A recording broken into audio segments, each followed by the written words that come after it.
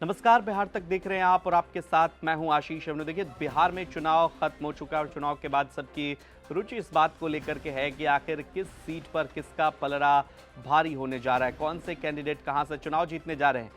Exit poll की इस कड़ी में हम बात करेंगे अभी नरकटियागंज, पश्चिमी चंपारण की महत्वपूर्ण सीट, और नरकटियागंज को लेकर कुछ आंकड़े हैं हमारे सामने, वो भी हम आपके पास रखना चाहेंगे। लेकिन सबसे पहले यहाँ से संजय पांडे आपको बता दें कि चुनाव लड़ रहे हैं भारतीय जनता पार्टी से, और शाश्वत केदार कांग्रेस पार्टी से चुनाव लड़ रहे हैं, और वजीरुल्लाह अंसारी जनसुराज से चुनाव लड़ रहे हैं। लेकिन बिहार तक के एग्जिट पोल में जो टक्कर हुई है, यहाँ पर जबरदस्त टक्कर है। मतलब आप ये समझिए कि कांग्रेस और बीजेपी के बीच मुकाबला 50-50 का है। फंस गया है चुनाव ये पूरी तरीके से।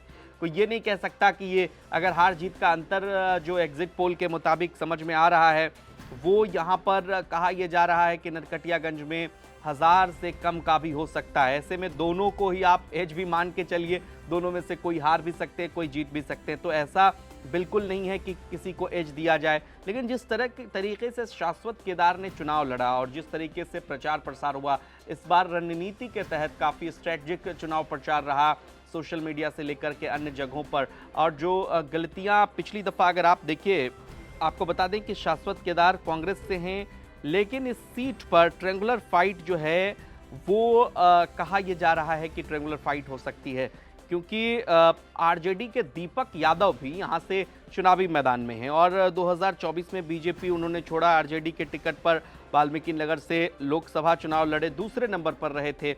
और वसीउल्लाह खान का, वैसे वसीउल्लाह अंसारी जी का इस तरह से यहाँ पर कोई असर उतना नहीं दिख रहा है। लेकिन ये सीट जो है पूरी तरह से फंस रहा है।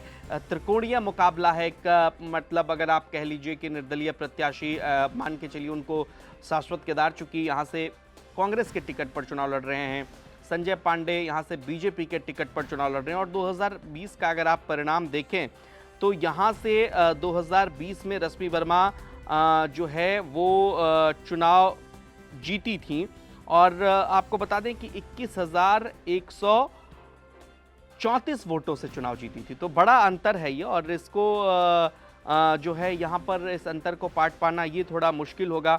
लेकिन बीजेपी ने भी यहाँ से इस बार चूंकि चुनाव में टिकट दे दिया है संजय पांडे को, तो चुनाव यहाँ पर फंसता हुआ, ट्रायंगुलर फाइट होता हुआ दिख रहा है बिहार तक के एग्जिट पोल के मुताबिक। आपको क्या लगता है इस सीट पर, ये हमें कमेंट बॉक्स में ज़रूर बताइए। और बिहार की तमाम खबरों के लिए आप देखते रहिए बिहार तक। नमस्कार।